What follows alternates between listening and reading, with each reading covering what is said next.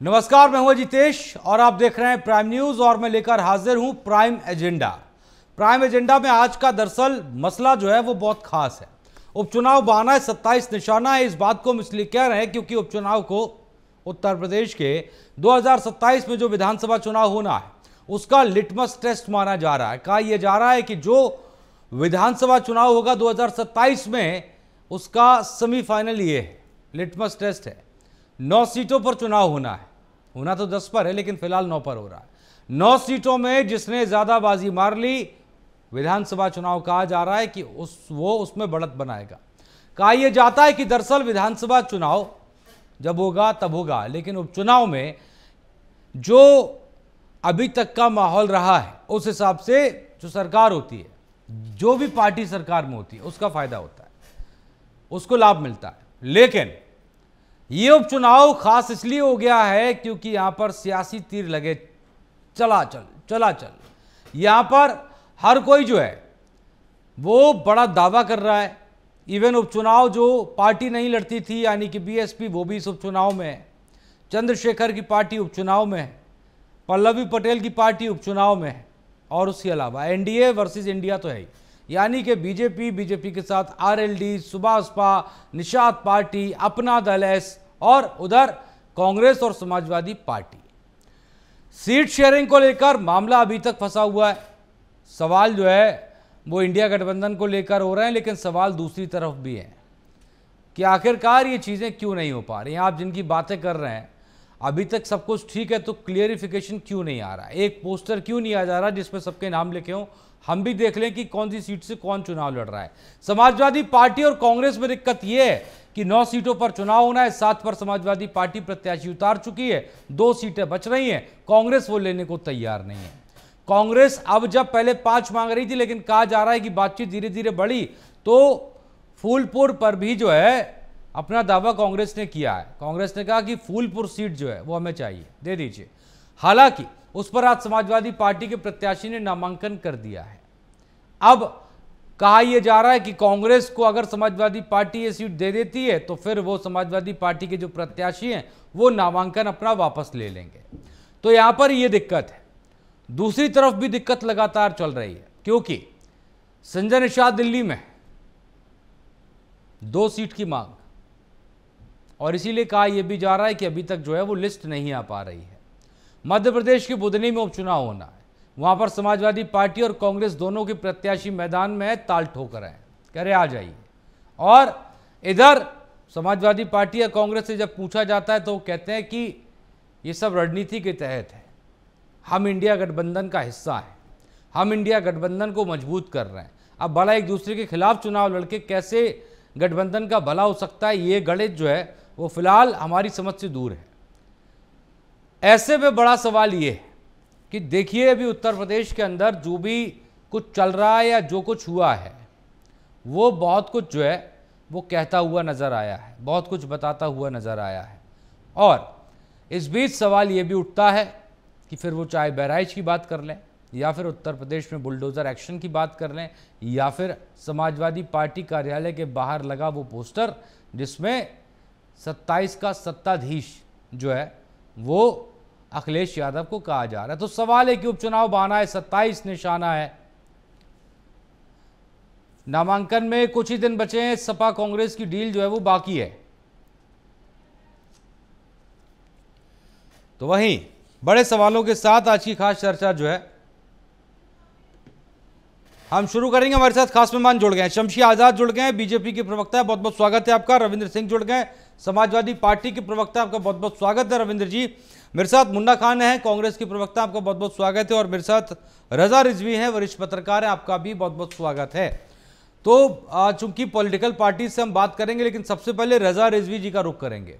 रजा रिजवी जी, ये जानना चाहता हूं, दरअसल उपचुनाव तो बिल्कुल आ गया है और 1 या 2 दिन बचे अब नामांकन के अंदर, हाल दोनों तरफ सेम है। एक तरफ अभी तक कुछ भी ऐलान नहीं, दूसरी तरफ 7 आ गई, 2 बाकी हैं, 2 पर जो है वो पेच फंसा हुआ है। ये किधर जा रहा है उपचुनाव और ये दिक्कत आपकी नजर में क्या है?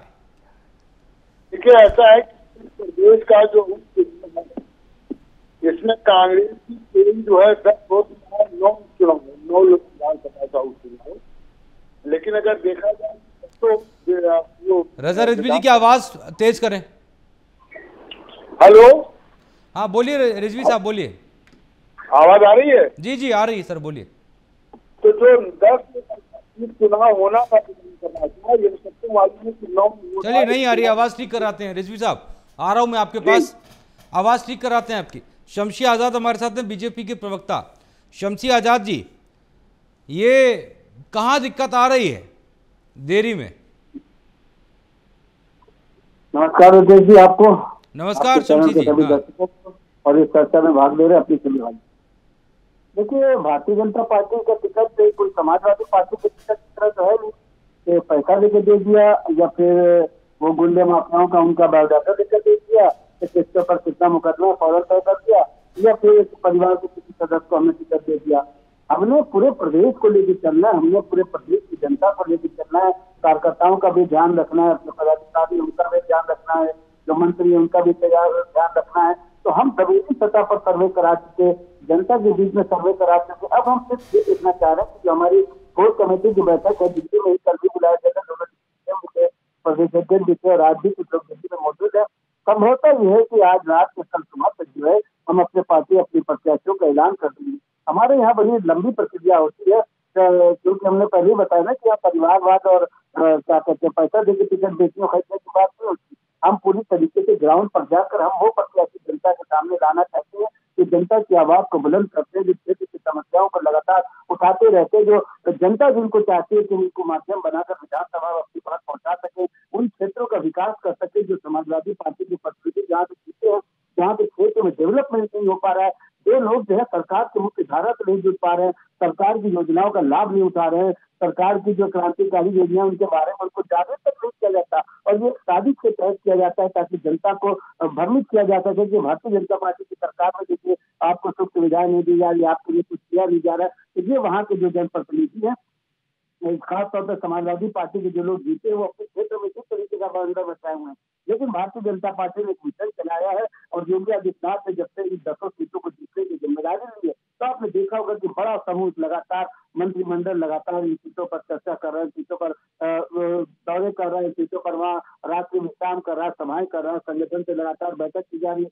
बूथ अध्यक्ष पन्ना प्रमुख से लेकर राष्ट्रीय अध्यक्ष तक जो है उत्तर प्रदेश में जो 10 सीटों पर चुनाव होने जा रहे हैं, 9 सीटों पर चुनाव निर्धारित हो चुका है, जिसमें किसी भी आदमी के नामांकन भी शुरू हो चुका है। तो उसी पर ध्यान लगा हुआ लगातार, क्योंकि हम नहीं चाहते हैं कि ये 9 सीटें हम जीतकर 10 सीटें जीतकर उत्तर प्रदेश में नई क्रांति लाएं और उसके बाद ये 27 का रास्ता पूरी तरीके से जिस पर विपक्ष जो है लगातार चाहते कि जनता को भ्रमित करे, जनता को बहलाए रहे, तो जनता की सारी उम्मीदों को जो है खरा उतरते हुए भारतीय जनता पार्टी अपने प्रत्याशियों का ऐलान आज रात में या कल सुबह तक जरूर कर देगी, ये निश्चित है। और हमारे ख्याल से रितेश जी सबसे पहले आपके चैनल पर ये नाम दिखाई देंगे जिसको जनता जो है सहज स्वीकार करेगी। और सबसे बड़ी बात यह है, जनता जो है वो उसने देखा कि जिस तरीके से समाजवादी पार्टी के थोड़ी सी सीटें लोकसभा में बढ़ी तो समाजवादी पार्टी के जो दबे कुचले अपराधी थे, जो भारतीय जनता पार्टी के डर से, योगी आदित्यनाथ के डर से बिल्कुल चुप गए थे, जेलों में चले गए थे, बाहर चले गए थे, तो उनके अंदर भी एक ऊर्जा क्रांति संचार हुआ कि भाई अब तो समाजवादी पार्टी की सरकार आ रही है, हमको अपना फिर से पुराना रोजगार मिल जाएगा, हम फिर से गुंडागर्दी करने लगे, हम फिर से माफियागिरी करने लगे, हम फिर से बलात्कार करने लगे, हम फिर से हत्याएं करने लगे, करने लगे। लेकिन योगी आदित्यनाथ ने सब कुछ धरा का धरा बताते हुए बिल्कुल साफ कर दिया कि सरकार आपके पास थोड़ा सा रुकिए। शमशी आजाद हमारे साथ बने हैं, हमारे साथ रविंद्र सिंह जी और मुन्ना खान भी हमारे साथ जुड़ गए कांग्रेस से, और रजा रिजवी हमारे साथ बने हुए हैं। रजा रिजवी जी, आपकी आवाज नहीं आ रही थी तो इस वक्त आपके पास आऊंगा, उसके बाद रविंद्र सिंह जी आपके पास आऊंगा। रिजवी साहब, अब आप अपनी बात को तफसील से कहें, जो मेरा सवाल था उसका जवाब दें, क्योंकि पहले आपकी आवाज क्लियर नहीं आ रही थी।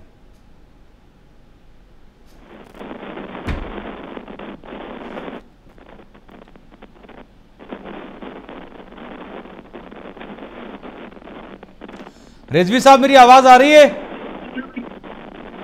जी बोलिए।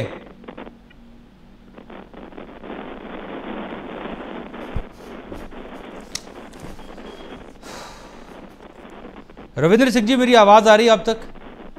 जी आ रही है। जी रविंद्र सिंह जी, ये कहाँ तक पहुंची बात? रोज मेरा सवाल वही है और मुझे पता है कि आप भी जवाब दे देते थक गए, लेकिन फिलहाल कहाँ तक बात पहुंची है? 2 सीटों से कहा जा रहा है, फूलपुर भी कांग्रेस कह रही है हमें दे दीजिए।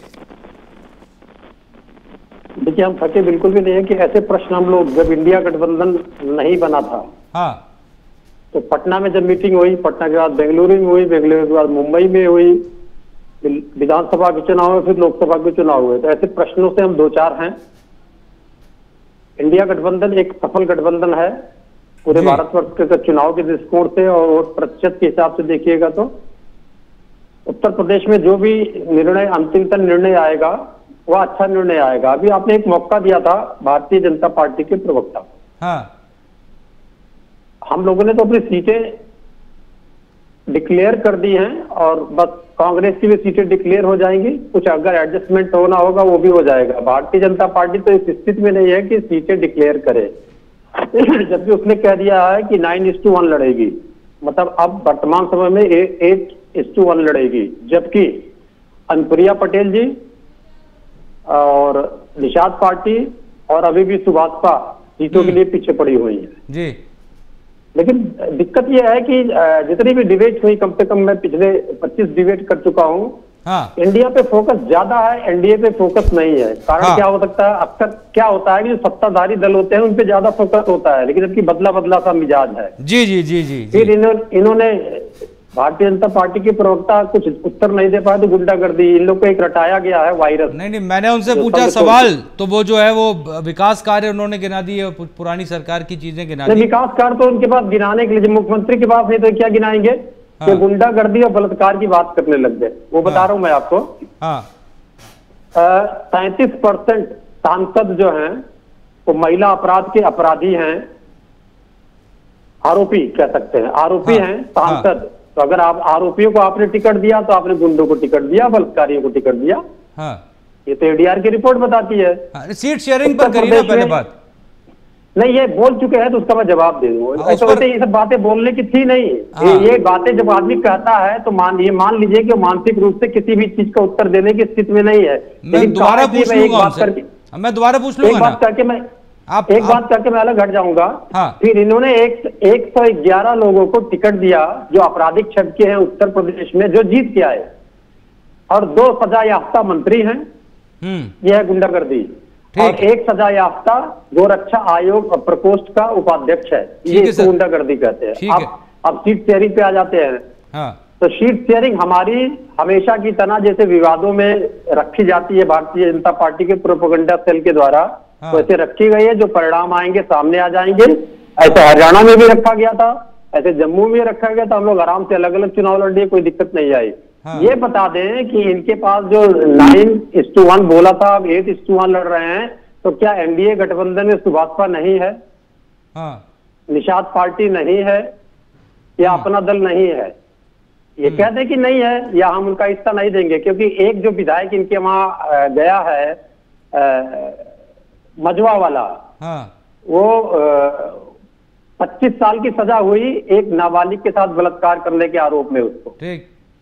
तो अगर इस प्रकार का है तो ये बता दें कि ये क्या इनके एनडीए के जो जितने दलों का नाम मैंने लिया उनके साथ में है कि नहीं। और हमारा जो भी, मैं एश्योर कर रहा हूं, जो भी नतीजा उत्तर प्रदेश में आएगा, वो महाराष्ट्र में आएगा, वो बहुत अच्छा है। ठीक है, ओके। शमसी आजादी, ओवर टू यू। अपनी बात पूरी करें, आपकी आवाज नहीं आ रही थी। सीट शेयरिंग पर बताइएगा, कहां पहुंची बात? इनसे तो हम सवाल कर लेते हैं। आपकी आवाज नहीं आ रही सर, फोन म्यूट है क्या? अनम्यूट कर लीजिए।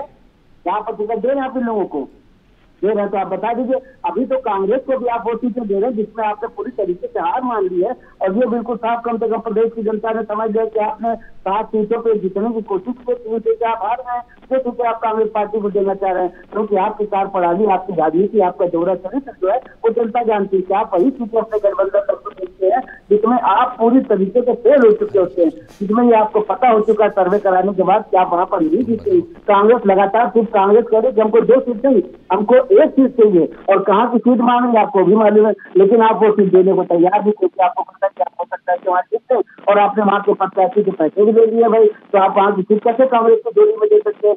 गठबंधन तो अभी आपका कांग्रेस पार्टी से भी टूट जाएगा, या आप निश्चित तौर पर, और अगली डिबेट पे आप जो है आप ही का बयान अगर रहेगा तो मैं आपको रिकॉर्ड करके सुनाऊंगा कि आपका बयान जब कांग्रेस से गठबंधन टूट जाएगा तो बयान आपका बदल जाएगा। हमने तो शुरू से ही कह दिया कि हम अकेले लड़ेंगे और पूरी तरीके से लड़ेंगे और हम वही लड़ने चाह रहे हैं। हो सकता है कि एक सीट पर हमारा तालमेल बन जाए राष्ट्रीय लोकदल से, और किसी भी दल ने न टिकट मांगा है, न जयंत चौधरी टिकट की मांग करे, न ओम प्रकाश राजभर टिकट की मांग करे।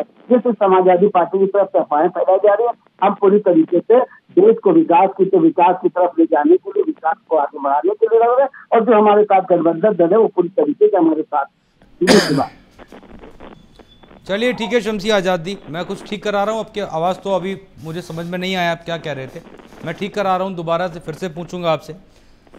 रजा रिजवी जी मेरी आवाज़ आ रही है? रजा रिजवी जी मेरी आवाज़ आ रही है अब तक?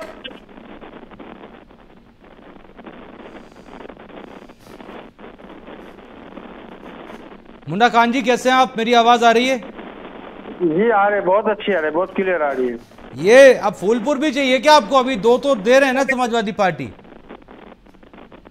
देखिए 2 सीट दे रहे हैं या हम 4 सीट मांग रहे हैं या 3 सीट चाहिए, ऐसा कोई मसला नहीं है। हाँ, शीर्ष नेतृत्व में जिस तरीके से समाजवादी पार्टी के राष्ट्रीय अध्यक्ष श्री अखिलेश यादव जी हाँ। और हमारे राष्ट्रीय नेता मल्लिकार्जुन खड़गे जी और राहुल गांधी जी, तीनों के बीच में बातचीत जारी है।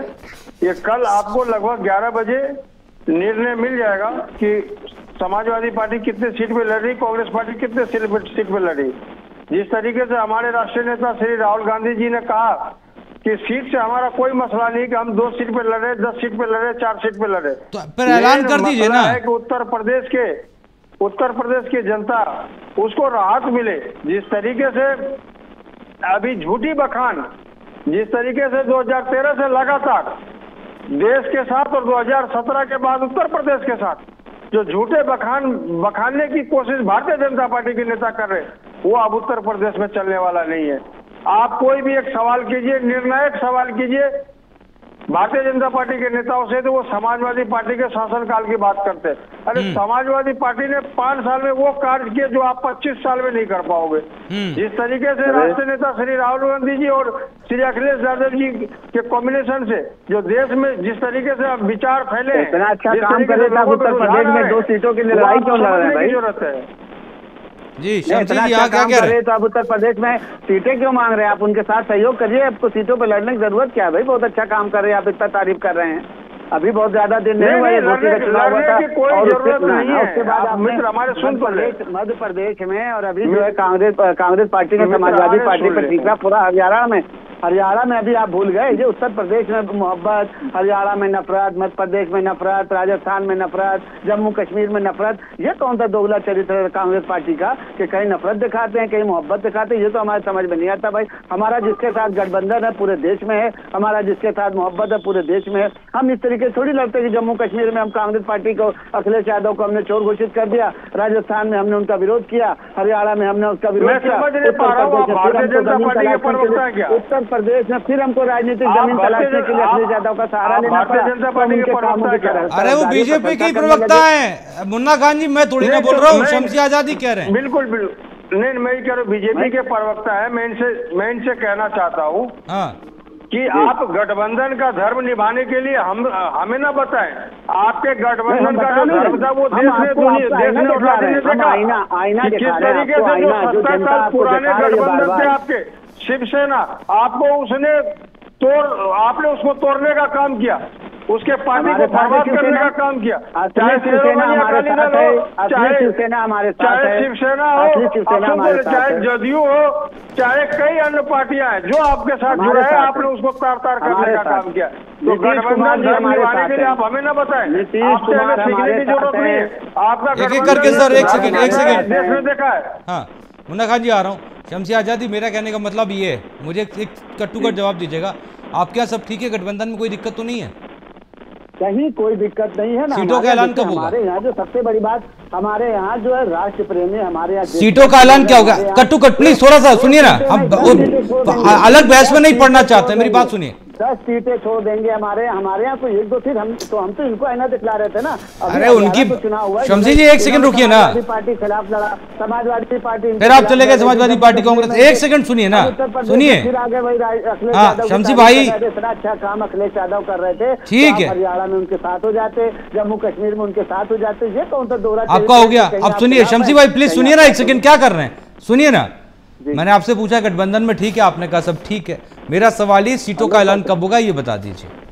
कल तक हो जाएगा, मैं पहले ही बता चुका हूँ, कार्यक्रम की शुरुआत में ही मैंने बताया कि आज आखिरी मीटिंग दिल्ली में हो रही है, कल संभवतः आपके चैनल पर सबसे पहले भाजपा प्रत्याशियों का नाम दिखाया। दो परिस्थितियों में हमेशा जो है वो देरी होती है। अभी तक जो राजनीति में देखा गया, या तो हद से ज्यादा मंथन चल रहा है, मतलब परिणाम 100% लाने के लिए, मेरी बात या फिर कार्यक्रम में जो मैंने कहा था, या फिर कुछ गड़बड़। मेरी बात आपने कार्यक्रम के शुरुआत में मैंने जो कहा था आपने सुना था, हम बहुत बड़ी पार्टी हैं और हम पूरे देश पे निगाह रखते हैं। हम ना पैसे दे के टिकट लेते कि भाई हमने अजितेश जी से पैसा ले लिया और उनको टिकट दे दिया। हम अगर ये काम कर रहे थे तो हम भी बहुत पहले डिक्लेयर कर दिए होते। हम तो मंथन करते हैं और उसके बाद जब प्रत्याशी लाते तब तो वो जीतता है, क्योंकि वो जनता के बीच का प्रत्याशी होता है, वो हमारे परिवार का होता नहीं कि भाई उनके लड़के को लड़ा दिया, उनके भाई को लड़ा दिया, उनके भतीजे को लड़ा दिया, बुआ को, खाला को, पप्पू को लड़ा दिया, भौजी को लड़ा दिया। ये मेरे ख्याल से संजय निषाद के बेटे लड़े थे ना चुनाव जी, ये ओम प्रकाश राजभर के बेटे चुनाव लड़े थे ना अभी लोकसभा चुनाव में। सर बात कर रहे हैं, ताजी बात करिए। अभी जो चुनाव आ रहा है इसमें आप देख लिया परिवार के लोग कह रहे होंगे। अच्छा एक भी नहीं होगा ना, चलिए ये अच्छी बात है। ओके ओके, रविंद्र सिंह जी के पास चलूंगा। शमसी जी बस एक चीज छोटी सी बता दीजिए, ये 9 सीटों पर कोई भी किसी भी परिवार का जो है पार्टी का व्यक्ति नहीं होगा, ऐलान कर दीजिए। कोई परिवार का व्यक्ति नहीं होगा। चलिए, किसी परिवार का कोई व्यक्ति हम नहीं रखते, हम कार्यकर्ता को लड़ाते हैं। कार्यकर्ता और देशभक्त जो होगा वो भारतीय जनता पार्टी का प्रत्याशी होगा। चलिए अब ठीक है, यहां से चलते हैं एक कदम आगे। अब मुन्ना खान जी मेरी आवाज आ रही है अब तक? बिल्कुल बहुत क्लियर आ रही है। आप सुन रहे थे शमसी जी को, ठीक है। अब सर देखिए, मुझे पता है गठबंधन में सब कुछ ठीक है, जैसा कि आप बता रहे हैं, अच्छी बात है सर, गठबंधन में सब ठीक होना भी चाहिए। रविंद्र सिंह जी से मैंने परसों पूछा था, तो हालांकि उन्होंने बहुत सही जवाब दिया था। जब मैंने बुधनी को लेकर सवाल किया था, उन्होंने कहा था अभी तो हो गए, नामांकन वापस हो सकते हैं। आपका भी यही कहना है क्या कि बुधनी में, मध्य प्रदेश की बुधनी में कांग्रेस समाजवादी पार्टी का उम्मीदवार आमने सामने खड़े हैं, नामांकन भर चुके हैं, अभी ये क्या वहां गठबंधन है या नहीं है? देखिए, मैं पहले भी कहा था कि हर राज्य के मिजाज अलग है।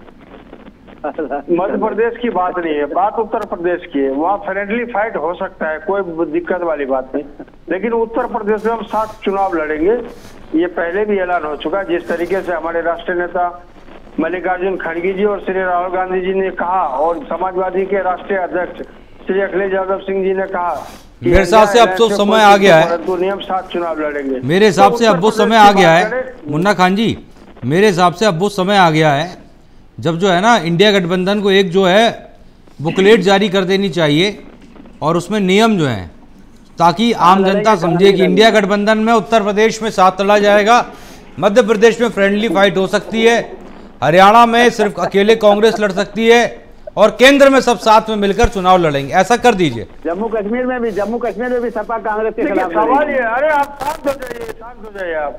जम्मू कश्मीर में देश ने देखा कि जो भारत तोड़ने की बात कर रहे थे, उसके साथ आपने सरकार बनी और मलाई चाटने का काम किया। आपको शर्म आनी चाहिए। सुनिए ना शमसी जी, सुन लीजिए एक बार, सुनिए पहले आप।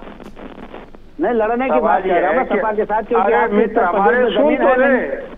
आपकी उत्तर प्रदेश ये लोग टीवी पे भी दंगा करते हैं, जमीन पे भी दंगा करते हैं, लेकिन कांग्रेस पार्टी जमीन पे तो दंगा करते हैं और टीवी पे भी। शमसी जी सुन लीजिए ना एक बार प्लीज, आवाज किसी की समझ में नहीं आ रही है, एक बार सुन लीजिए, ज्यादा अच्छा रहेगा, सुन लीजिए।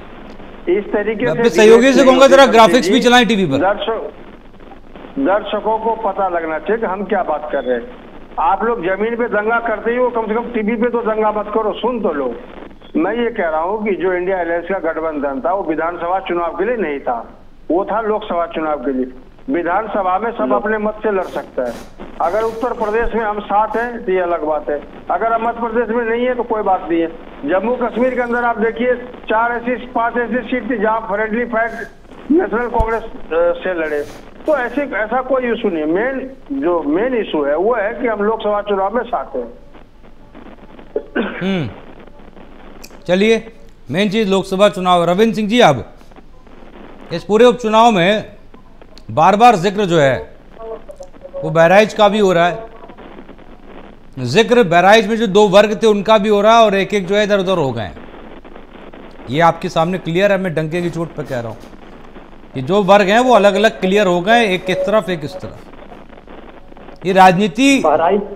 हाँ, बोलिए बहराइच बोलिए। बहराइच का जो दंगा हुआ था, दंगे वाले दिन ही मैंने ये पहली बार कहा था, और भी लोगों ने कहा, मुझे ध्यान नहीं है अपनी पार्टी से मैं, कि ये उत्तर प्रदेश सरकार द्वारा प्रायोजित दंगा था और यह स्पष्ट हो चुका है। इस प्रकार का ध्रुवीकरण कर रही है, लेकिन जरा उस दंगे का असर देख लीजिए। ये असली दंगा हुआ बहराइच, हम लोग नाम लेते हैं, असली दंगा हुआ बहराइच के एक कस्बे में, महाराजगंज में। बहराइच से लगभग 30 किलोमीटर दूर।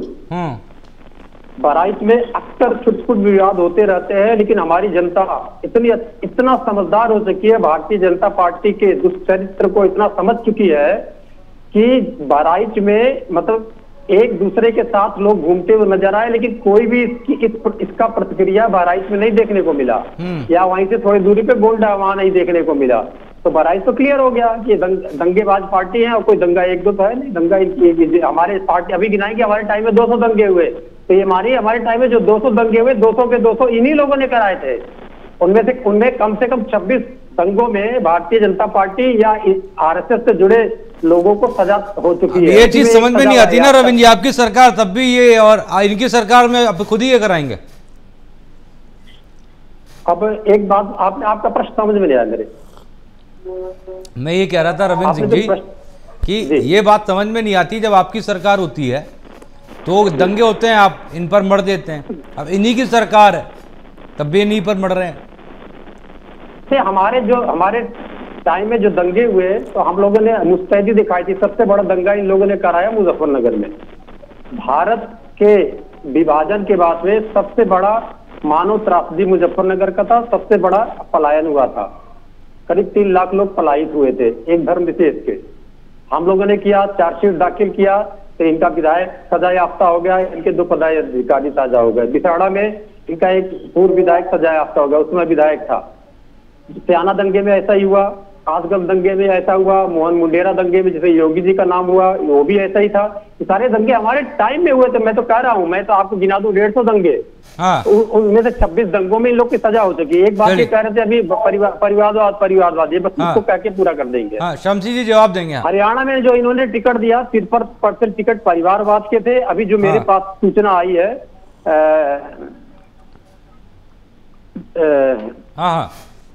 रांची जो है, स्टेट जो है, झारखंड में अर्जुन मुंडा की पत्नी को टिकट दे दिया, मधु कोड़ा की पत्नी को टिकट दे दिया, रघुवर दास की बहू को दे दिया, ढुल्लू सिंह जो सजा याफ्ता है इनका सांसद, उसके भाई को टिकट दे दिया, चंपाई सोरेन को भाई दे दिया। ये क्या परिवारवाद से अलग आए थे क्या?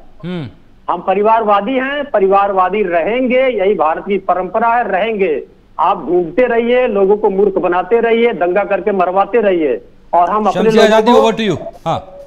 अपने लोगों को टिकट दे के विधायक बनाते रहेंगे। एक दिन आपका अस्तित्व खत्म हो जाए। अभी चुनाव भी, अजितेश जी, अभी चुनाव भी नहीं हारे हैं, और उसके पहले इनके चेहरे पर बिल्कुल निराशा झलक रही है, और इस तरीके के देके जनता को भ्रमित करने का काम अभी तो शुरू कर दिया इन्होंने।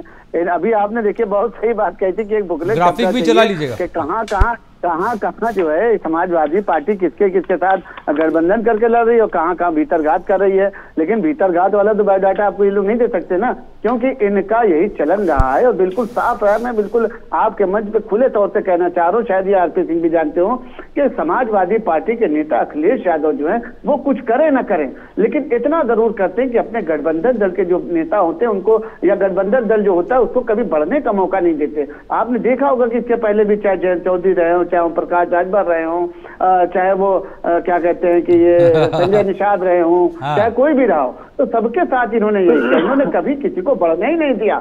और आप देखिए कांग्रेस पार्टी के साथ भी यही कर रहे हैं। कांग्रेस पार्टी भी अगर चाह रही कि उत्तर प्रदेश में, अरे भाई मुन्ना खान जी जानते हैं कि उत्तर प्रदेश में सीट है नहीं, तो समाजवादी पार्टी के रहमो करम पे ही तो चलेंगे। नहीं तो इतनी बड़ी पार्टी, राष्ट्रीय पार्टी, जिनकी कई स्टेट में सरकार हो, जिनके सांसद इतने सारे हो, वो 2 सीटों के लिए अगर हाथ जोड़े हुए अगर, तो ये बड़ी शर्म की बात है। हम तो कहते हैं यही कि इनको चुनाव नहीं लड़ना चाहिए, इनको बिल्कुल बहिष्कार कर देना चाहिए।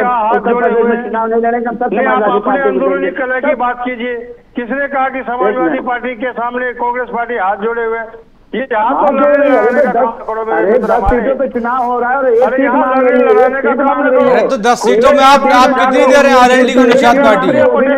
गिरा रहे हो अभी आप देखिए ना कि 2 सीट किस तरीके से समाजवादी पार्टी ने कहा, उसके बाद भी कांग्रेस पार्टी ने लड़ने से इनकार कर दिया। लड़ने से इनकार कर दिया कांग्रेस पार्टी ने कि भाई हम वो 2 सीटों पे नहीं लड़ेंगे, हम 1 सीट जो मांग रहे हैं हमको वो सीट दे दिया है। लेकिन अखिलेश यादव जानते हैं कि भाई 1 सीट वो जो मांग रही कांग्रेस पार्टी, वो हो सकता है कि जीत जाए, तो पता चला कि उत्तर प्रदेश में इनके विधायकों की संख्या बढ़ने लगेगी, तो फिर जो अल्पसंख्यक समाज है, ये वो समाज जिसको हम डरा धमका के वोट लेते हैं, कहीं ये कांग्रेस की तरफ डाइवर्ट न हो जाए। मुन्ना खान जी अभी आप राजनीति कर रहे हैं, लेकिन अखिलेश यादव की चतुराई से आप वाकिफ नहीं है कि वो किस तरीके की चतुराई करते हैं। अगर कांग्रेस पार्टी को अपना वजूद बचाना होगा तो समाजवादी पार्टी से किनारा करना चाहिए ना। तो इसी तरीके से वो, जिस तरीके से वो हाशिए पर आ गई, आज एक विधायक पर आ गई, तो आने वाले समय में मैंने आपको पहले भी कहा कि जो इंडिया के पास जो है प्रदेश में ये आपकी सलाह इनके भले के लिए, ये आपकी सलाह इनके भले के लिए दे रहे हैं या कुछ अपना फायदा भी दिख रहा है? शमसी जी, भले के लिए कभी कह नहीं सकते। सवाल ये है कि इनके कोई सगे नहीं जिनको इन्होंने ठगे नहीं। आप देखिए किस तरीके इनके चाल चरित्र रहे। गठबंधन की बात करते हैं, ये शिवसेना का क्या हाल किया इन्होंने, जदयू का क्या हाल किया, शिरोमणि अकाली दल का क्या हाल किया। ये क्या गठबंधन धर्म निवारण की बात करेंगे जिसके धर्म का पता नहीं, का मुख्यमंत्री बना दिया, जिसके चारों चरित्र का पता नहीं बना दिया, हमारे साथ ये जो आया 2014 में गठबंधन, ये तो आप सही करते हो, कहाँ चला गया, ये तो आप सही करते हो शमसी जी, चिंता रखा है। ये तो आप सही करते हो शमसी जी। शिवसेना के साथ गठबंधन आपका टूटा। मुन्ना खान जी ने जो कहा कि शिवसेना, तो भाई शिवसेना का मुख्यमंत्री है कि नहीं? मैं बता तो रहा हूँ, वही तो मैं कह रहा हूँ कौन मुख्यमंत्री है कि शिवसेना से गठबंधन टूटा तो अपनी एक नई शिवसेना खड़ी हो गई। लो अब हम है ना शिवसेना के साथ, है ना, अपनी खुद की शिवसेना तैयार हो गई है।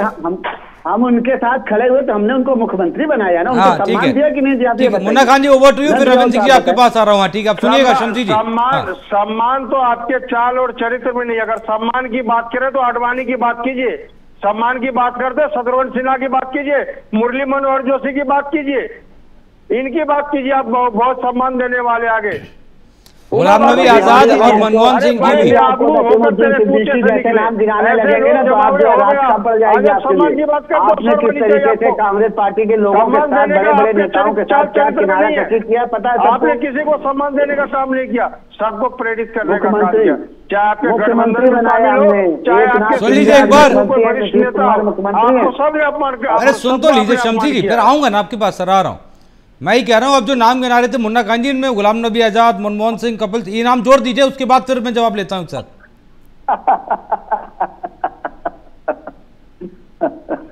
मुन्ना खान जी असल में बहुत ज्यादा राजनीति से वाकिफ नहीं है। ये रटा रटा है बयान इनका जो रहता है सारे रोज के रोज वही रहता है। मुन्ना खान जी दिल के बहुत अच्छे हैं, लेकिन इनकी विचारधारा बहुत खराब है। इस पार्टी से ऐसी पार्टी से है कि जहाँ ना पार्टी के कार्यकर्ताओं की इज्जत होती है ना सहयोगी दलों की होती है। जो प्रताड़ना इनके साथ आरपी सिंह के साथ हो रही वही मुन्ना खान के साथ भी होती है। और हम लोगों ने बहुत से कांग्रेसी नेताओं को देखा कि एक झटके में खैमा बना हुआ है वहाँ, क्या आप राहुल ग्रुप के हैं? कि बाकायदा वहाँ ये पूछा जाता है कि आप राहुल गांधी के ग्रुप के हैं कि प्रियंका गांधी के ग्रुप के हैं? अरे भाई प्रियंका गांधी के ग्रुप के हैं तो किनारे रहिए, राहुल गांधी ग्रुप के हैं तो आगे आइए। इस तरीके की बातें होती रहती है, तो ये जनता के सामने है। और आज सोशल मीडिया का दौर है, आज कहीं भी कोई बात छुपी नहीं किसी से, जो बात भी होती है कहीं न कहीं मंजर आम पे आ जाती है। आ रहा हूँ मैं रविंद्र सिंह जी के पास चलूंगा। रविंद्र सिंह जी से सवाल ये था कि देखिए समाजवादी पार्टी का लोकसभा चुनाव का जो परिणाम रहा रविंद्र सिंह जी, जाहिर सी बात है एक बड़ा बूस्टअप था, एक मोमेंटो बना उस समय। अब हरियाणा का चुनाव हुआ तो समाजवादी पार्टी पर कोई फर्क नहीं पड़ा, लेकिन कांग्रेस का जो मोमेंटो बना था वो थोड़ा सा फर्क जाहिर सी बात है पड़ता है। आप समझते होंगे, मानो भले ही ना, लेकिन कुछ ना कुछ पड़ता है। लेकिन समाजवादी पार्टी ये चाहेगी कि उसका जो मोमेंटो लोकसभा चुनाव में बना था वो बना रहे। मेरा कहने का मतलब है इसमें कांग्रेस के साथ की जरूरत कितनी आपके लिए है, क्योंकि अगर जरूरत ज्यादा है तो 7 सीटों का ऐलान हुआ बिना बातचीत के, बिना कोई खबर के? कांग्रेस के साथ साथ इंडिया अलायंस के जितने भी हमारे दल हैं सबकी आवश्यकता है, क्योंकि सांप्रदायिक पार्टी भारतीय जनता आम आदमी पार्टी हाथ जोड़ जो सब मैंने सब में सब आ जाते हैं। तो ये कांग्रेस को भी सर समझाइए। मुझे तो कभी कभी लगता है ना रविंद्र सिंह जी कि इंडिया गठबंधन की अगुवाई समाजवादी पार्टी करे तो ज्यादा अच्छा रहेगा। सच बता रहा हूं मैं इस बात में।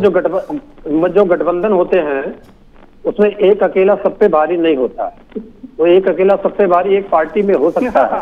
गठबंधन का मतलब ही वही है कि कोई अकेला भारी नहीं होगा। एक बात का उत्तर देना चाह रहा हूं मैं। अभी भारतीय जनता पार्टी के प्रवक्ता कह रहे थे हाथ जोड़ के, मतलब अनाप शनाप बातें करते हैं। हाथ जोड़ के कांग्रेस खड़ी थी। अरे हाथ जोड़ के भारतीय जनसंघ हमारे पास आई थी कि सत्ता में ले लीजिए 1967 में। पैरों पे चल के आई थी, घुटनों के पर चल के आई थी 1970 में सत्ता में ले लीजिए। माफी मांग के आई थी 1977 में। हमारी जनता पार्टी में विलय कर दिया था, अपने पार्टी का अस्तित्व ही खत्म कर दिया भारतीय जनसंघ का।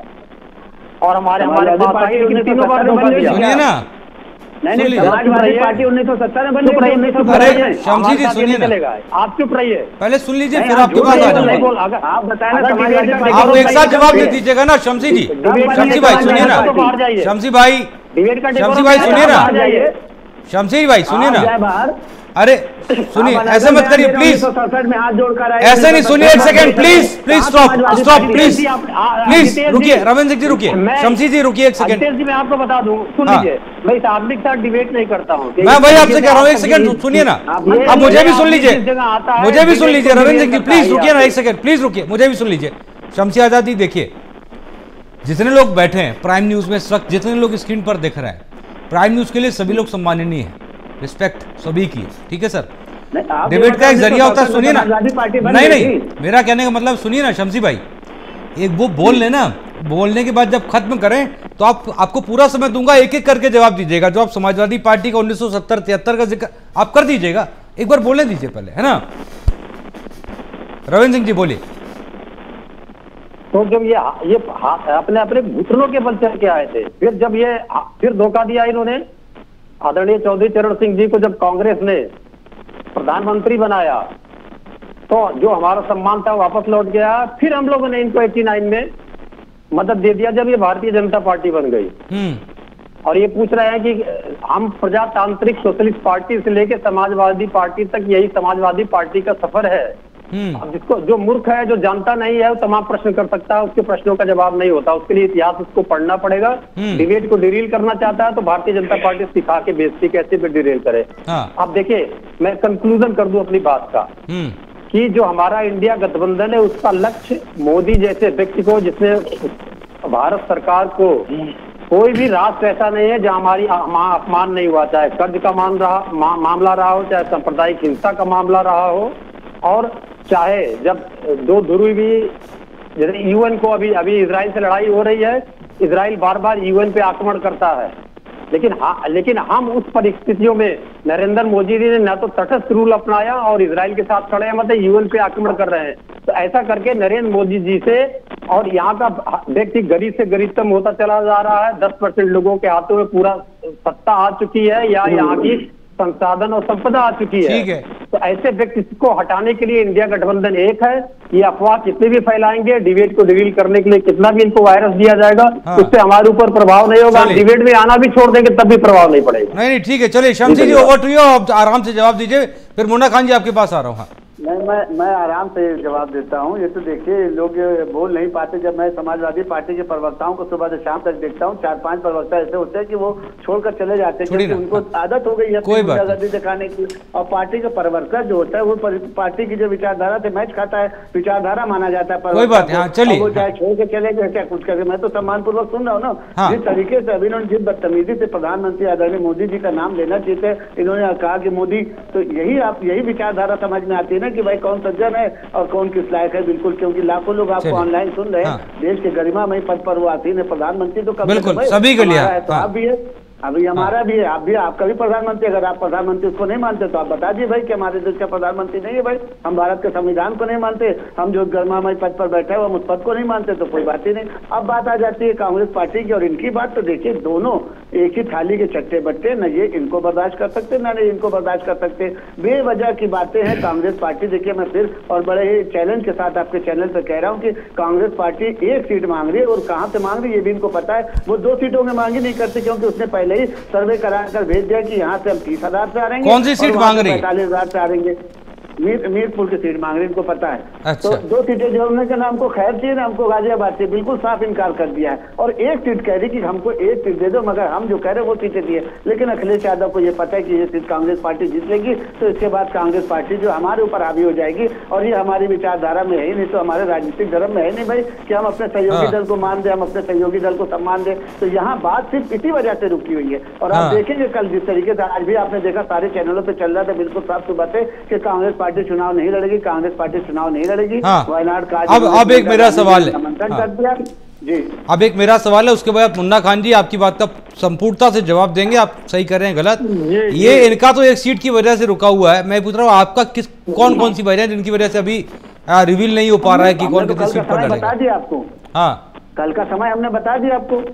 9 सीटों पर भारतीय जनता पार्टी चुनाव लड़ेगी। 1 सीट की बात हो रही है राष्ट्रीय लोकदल को, अगर 1 सीट दिया जाएगा नहीं तो पूरी तरीके से 9 की 9 सीटों पर भारतीय जनता पार्टी कल अपने प्रत्याशियों की घोषणा कर देगी। अच्छा, 9 पे 9, और परिवार का कोई नहीं होगा, ये भी आपने कहा। शमशी जी कल बात करूंगा आपसे मैं, जो होगा वो आपके सामने आएगा। हाँ ठीक है, मुन्ना खान जी ओवर टू यू, अब आप जवाब दे सकते हैं। देखिए, ये मित्र हमारे बार बार इंडिया अलायंस के गठबंधन पे सवाल उठ रहे हैं कि इनके सीटों में लड़ाई है। इनको पूछिए, अगर इनके सीट डिक्लेयर हो गए तो आज इनका प्रेस कॉन्फ्रेंस क्यों नहीं हुआ कि हाँ इतने सीट में लड़ना है। इनके सोशल मीडिया पे चल रहा है कि 155 से 50 सीट पे भारतीय जनता पार्टी लड़ेगी। बता कौन रहा है? सूत्र। जिस सूत्र का आज तक पता नहीं लगा कि वो सूत्र है कौन। किसी के पास ये हिम्मत नहीं है कि सार्वजनिक तौर पे ऐलान कर दे कि भारतीय जनता पार्टी महाराष्ट्र में 150 सीट में लड़ रही है, 55 सीट में लड़ रही है। या यहाँ पे उत्तर प्रदेश की बात कर ले तो इनके यहाँ 2-2 सीटों का बंटवारा हुआ है। हार का डर इतना सता रहा है। इंडिया अलायंस के डर के मारे 2 सीट मुख्यमंत्री, 2 सीट प्रदेश अध्यक्ष, 2 सीट उप मुख्यमंत्री ऐसे बांटा गया है ताकि इज्जत और साख बची रहे। उत्तर प्रदेश की जनता ने पहले ही नकारा है। आपने लोकसभा चुनाव में देखा 43 सीट देने का काम इंडिया अलायंस को किया। 37 सीट जीत करके कीर्तिमान खड़ा करने का काम श्री अखिलेश यादव जी ने किया। तो आप बताइए कहाँ गए आपके 400 पार के नारे? कहाँ गए अयोध्या धाम, अयोध्या मंदिर की बातें? कहाँ बड़े बड़े वादे हो रहे थे? प्राण प्रतिष्ठा की बातें हो रही थी। जनता से मुंह की आपने खाई। आज आपको उसी जनता ने आपको अपाहिज सरकार बनाने का न्योता दिया। नैतिक तौर पे देश के प्रधानमंत्री ये मुन्ना खान जी, अपाहिज सरकार कैसे? जनता पार्टी को इस्तीफा देना चाहिए। ये अपाहिज सरकार कैसे है मुन्ना खान जी? इस्तीफा अपाहिज सरकार ऐसे है, सुनिएगा प्लीज। बिहार से, दूसरा पाव आंध्रा से। ये जिस तरीके से शाह और शहनशाह ने बंद कमरे में पहले डिसीजन लेते थे, अब इन्हें 5-5 बिल वापस लेने पड़े। इसे पता है अपाहिज सरकार कभी गिर सकती है।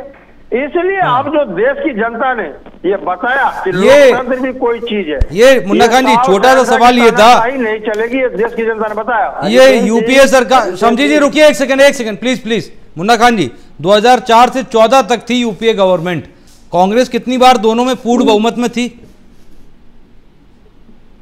नहीं, बिल्कुल कांग्रेस पार्टी किसी में बहुमत में नहीं थी, लेकिन कांग्रेस पार्टी ने कभी नहीं कहा था मित्रों एक अकेला सब पे भारी, ऐसा बोला था क्या? हाँ, नहीं बोला था क्या? ऐसे किसी प्रधानमंत्री ने किया था क्या? हाँ। Shamshi Azad ji, over to you. प्रधानमंत्री बोला था कि 4। उसके बाद आता हूँ रविंद्र सिंह जी, आप ही के पास आ रहा हूँ मैं। हाँ शमशी जी।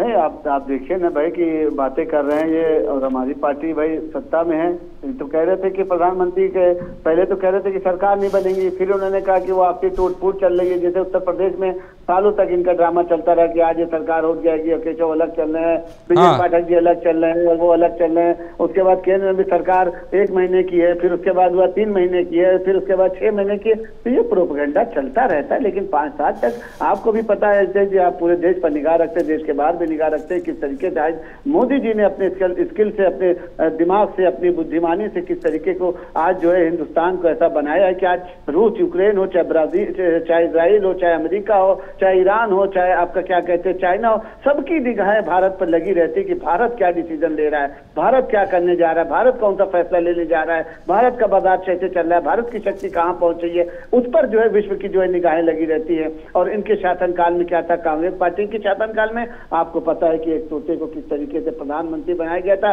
यहाँ कहा जाता है कि सीबीआई को तोता कहा जाता है, ईडी को तोता कहा जाता है, लेकिन इनके यहाँ तो प्रधानमंत्री किस तरीके का था कि मुंह से बोल भी नहीं पाता था बेचारा, उसको पता भी नहीं था कि हम किस पद पर बैठे हैं। उसको बना दिया गया इसलिए कि आप बोलेंगे नहीं, आप बस इस वजह से प्रधानमंत्री बन रहे हैं क्योंकि देश की जनता नहीं चाहती कि नेहरू परिवार का कोई जो है प्रधानमंत्री बने, देश की जनता नहीं चाहती कि कांग्रेस पार्टी का कोई जो है प्रधानमंत्री बने, सोनिया गांधी या उनके परिवार से कोई प्रधानमंत्री बने, इसलिए आपको बनाया जा रहा है। हमारे यहाँ तीसरी बात, देश की जनता ने बनाया प्रधानमंत्री, हमने घर में बैठ के तय नहीं कि हम परिवारवाद के रूप में नहीं थे। रविंद्र सिंह जी एक फाइनल कमेंट चर्चा कहा, रविंद्र सिंह जी एक फाइनल कमेंट। मेरी आवाज आ रही है रविंद्र सिंह जी? आ रहा है। मुझे तब बुलाया करिए जो कोई ना कोई प्रवक्ता के पहले ठीक हो। अभी जितनी बातें भी भारतीय जनता पार्टी के प्रवक्ता ने कहा ना, आपके डिबेट से मतलब है ना वर्तमान। हाँ बिल्कुल सही बात है। हाँ चलिए फाइनल कमेंट करिए। हाँ मैं बता रहा हूँ, इन्होंने अभी जो बात कही जिसको बिना सिर पैर का कहा जाएगा कि भारतीय जनता पार्टी कल 9 उम्मीदवार घोषित कर देगी, एक आरएलडी का घोषित कर देगी। ऐसे बिना सिर पैर की बात अगर होगी लाइव डिबेट पे तो अफेक्ट करेगा, क्योंकि चुनाव 10 सीटों पे नहीं होने जा रहा, 9 सीटों पे होने जा रहा है। हाँ बिल्कुल। अब हमारा गठबंधन, फाइनल कमेंट यही है कि इंडिया का गठबंधन नरेंद्र मोदी को हटाने के लिए प्रतिज्ञा करके रखा है। हम बीच में रह गए, लेकिन हम अपना ये कार्यक्रम जारी रखेंगे और नरेंद्र मोदी को सत्ता से हटा के रहेंगे। एक प्रश्न का जवाब जो कांग्रेस के मित्र हमारे नहीं दिए थे, मैं बता दे रहा हूँ। 1991 में जब नरसिम्हा राव जी अपने सरकार बनाए थे तब भी इनसे ज्यादा सीटें बनाई थी उन्होंने, 244 सीटें थी उनकी। इनकी आज की सीटों से ज्यादा थी। बार बार मैं देखता हूँ हर डिबेट में प्रश्न, ये बीजेपी ने जनरेट कराया होगा ये प्रश्न। 244 सीटें थी नरसिम्हा राव जी की। तो नरसिम्हा अभी ये कांग्रेस से करें, कांग्रेस ने क्या किया? कांग्रेस ने सुन लीजिए क्या किया। कांग्रेस ने आजादी दिलवाई, कांग्रेस ने एक देश को अपने में मिला दिया, पाकिस्तान को बांट के 2 हिस्से में कर दिया। जब से कांग्रेस आई 6 बार उसने देश का क्षेत्रफल बढ़ाया। जितने भी आज चाहे एटॉमिक पावर स्टेशन हो, आर्मी हो, सब कुछ कांग्रेस की देन है। जितने भी अच्छे इंस्टीट्यूट हैं सब कांग्रेस की देन है। भारतीय जनता पार्टी अपने 10 साल के शासनकाल में एक अस्पताल नहीं बना पाई। पूरे उत्तर प्रदेश की बात कर रहा हूँ। तो ये इस प्रकार की डिबेट पे अगर ऐसा होगा तो जब शमशीर है तो मुझे मत बुलाया करिए। अरे सर चलिए कोई नहीं, ऐसे आदमी को बर्दाश्त करना मेरे बस की बात नहीं। ठीक है सर, नाराजगी अपनी जगह है और मुद्दे जाहिर सी बात है अपनी जगह है। बहुत बहुत शुक्रिया आप दोनों लोगों का। हाँ शमशीर जी बहुत बहुत शुक्रिया, रविंद्र सिंह जी आपका बहुत बहुत शुक्रिया हमारे साथ खास चर्चा में जुड़ने के लिए। तो जाहिर सी बात है मैदान तैयार है उत्तर प्रदेश के उपचुनाव का, सीटों का ऐलान बाकी है और धीरे धीरे जाहिर सी बातें हो जाएगा। सवाल गठबंधन का है और वो गठबंधन जो है वो उत्तर प्रदेश के उपचुनाव का है। उस उपचुनाव के अंदर उस गठबंधन से कितनी सीटें कौन लेगा इस पर अभी तक पर्दा डला हुआ है। पर्दा उठेगा तभी कुछ खुलेगा और तभी हमारा सवाल जो है वो अभी बना हुआ है कि उपचुनाव है बहाना, 27 है निशाना। ना स्याही के दोस्त ना सफेदी के दुश्मन, हमें आईना दिखाना है, दिखा देते हैं। नमस्ते।